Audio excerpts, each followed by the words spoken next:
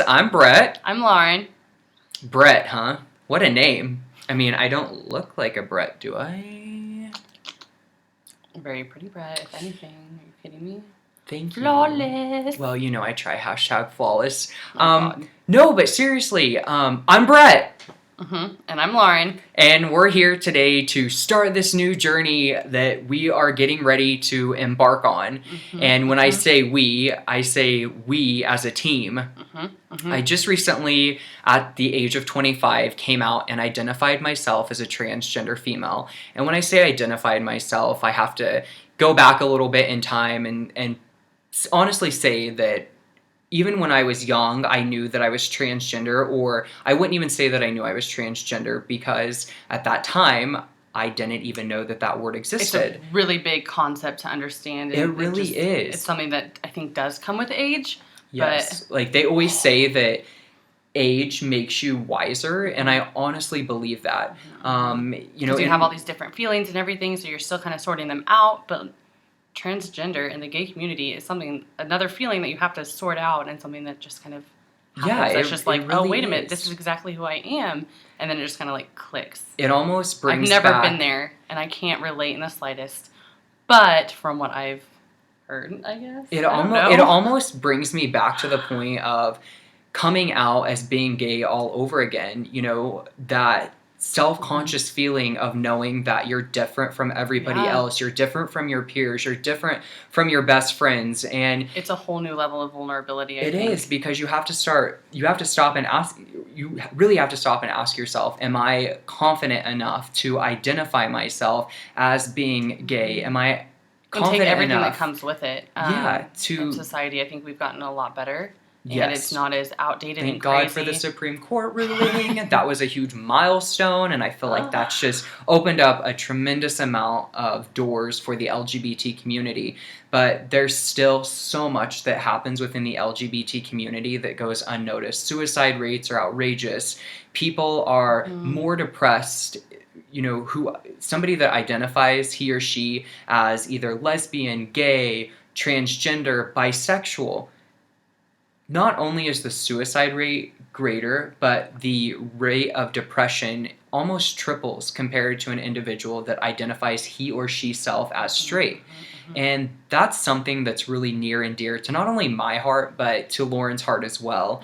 And we want to open up this dialogue, and we want to start this community. We want to start this LGBT community where we start addressing issues, where we start hearing stories, where we start voicing our opinions, where we start feeling not like leaving each other alone, really get into each other's business, because this is something that it takes a movement to it's so much bigger than one or two people. It is something that everybody needs help with. It takes a movement to bring notice and to get notice. And I have to say, thank God for Caitlyn Jenner for starting this revolution, if you will, for the transgender community specifically, because using her spotlight for what she's passionate about and who she is, and for the better for the community. And bringing that attention to a community that so many people either don't know yet or don't understand. That's huge. And I'm just in the and I'm not even joking when I say this, I'm in the very early stages of making a full male to female transition. And I haven't even told my whole family yet. I've basically just brushed at the very edge. I've told people that are extremely close to me, like Lauren, who is the first person that I ever identified myself as transgender with. We would have conversations. For almost 4 or 5 years now. Yeah. We've always kind of tip of the iceberg, touched on it, with him being gay and everything, but there was really, and I always knew, but there's always that feeling of not only guilt, but there's that feeling of letting people down who exclusively know you. And it's one thing to let somebody into your life, but it's another thing to identify yourself as being different from the rest of the world to people that have known you your whole life, your family, your closest of close friends. And so there's that automatic scare factor that makes you not even want to put yourself through the hell, to put yourself through the burden of being ridiculed in public, being called out by people that honestly don't even take the chance to get to know you. And is it worth all the attention? Is it worth all the stress? Is it worth all the sleepless nights and the money? exactly. And is it worth all the tears? Mm-hmm. Is it worth, the feelings of, am I good enough? I'm sorry, you can't put a price on happiness though. So you honestly can't. And at the end of the day, you doing it. have to be who you are, and you have to accept yourself fully before you're ever going to live a happy life, especially in this world. It's not rare to turn on the news and be beaten down or to feel sad about something that's happening in our world because there's so much violence that takes place. There's people losing their jobs because they're coming out being who they are. And the poverty factor is insane. And I'm blessed and fortunate enough to have an amazing friend, Lauren, for the last 5 years that has not only been my rock through times of need, but she's absolutely been that person of voice for me to lean on and to honestly propel me and encourage me to be a better person at every turn. And by being a better person, I mean accepting myself, because you can't be a quote-unquote good person until you understand who you truly are inside. And it's so important. It's more important to me now than ever to fully drive that point home and to be completely transparent with my journey, and not just my journey, but our journey through this whole transition process. And when I say I have just honestly recently came out, I just came out to Lauren about a month ago. As well as my biological mom and my stepmom. And I've been honest, and I'm now in the phases of... You're still figuring out everything that you're feeling about it, too. Like, it's definitely a process. And it is. There's many nights where you go to bed and you think, is this at the end of the day worth it? Is this the price for happiness? Who are you? And then you get into this feeling of feeling accepted by people like Lauren and people like both of my moms, who have given me more motivation and inspiration than ever to finally embrace my true self. I mean, 15 years ago, I was strutting around in the highest of high heels. I was putting on makeup in junior high. You wore them good, too, baby. Girl, let me tell you, give me some Shanae, some Chanel's. Yes. I mean, I've always identified as female, and Lauren moved in with me about 2 years ago, and we lived together for a full year. And in that full year, my passion for makeup tremendously tripled. Her passion for makeup is out of this world. I mean, look at this cranberry eye she's got going on, and this velvet teddy lip from MAC, but that's another topic for another day. We can go through that. I mean... we could talk about that stuff all day. Like we aesthetics, can. Aesthetics, dress, our wardrobe, our favorite heels. The possibilities are endless. And I'm sitting here in yoga pants. Oh my gosh, but they're the most comfortable things. I mean, I have sweat bottoms on, if we're being honest, and just our house slippers. Black shirt, So we want to honestly bring you in on this journey. I personally want to take everybody on this journey from male to female transition 110%. It's not rare for me to be up. Details. I want to get into the nitty gritty. I want to feel. I want to give you guys back. I feel like on the internet you always see like the finished product, and like you always see like, oh, I had this surgery and then this happened and this. Well, and it moves so fast, and there's so many days, if not months, in there from a recovery standpoint that go undocumented. There's questions that people have related to transition. We're scared to answer. Yeah, who do you turn to? We live in a very small, I don't want to say small, we live in a city of about 700 to 800,000 people in a Kansas city. And finding a doctor, not only to prescribe hormones and estrogen, but finding a good therapist that actually has been through the process with a transgender individual is extremely hard to come by. The whole community isn't making its way across the nation overnight. Not. It's just...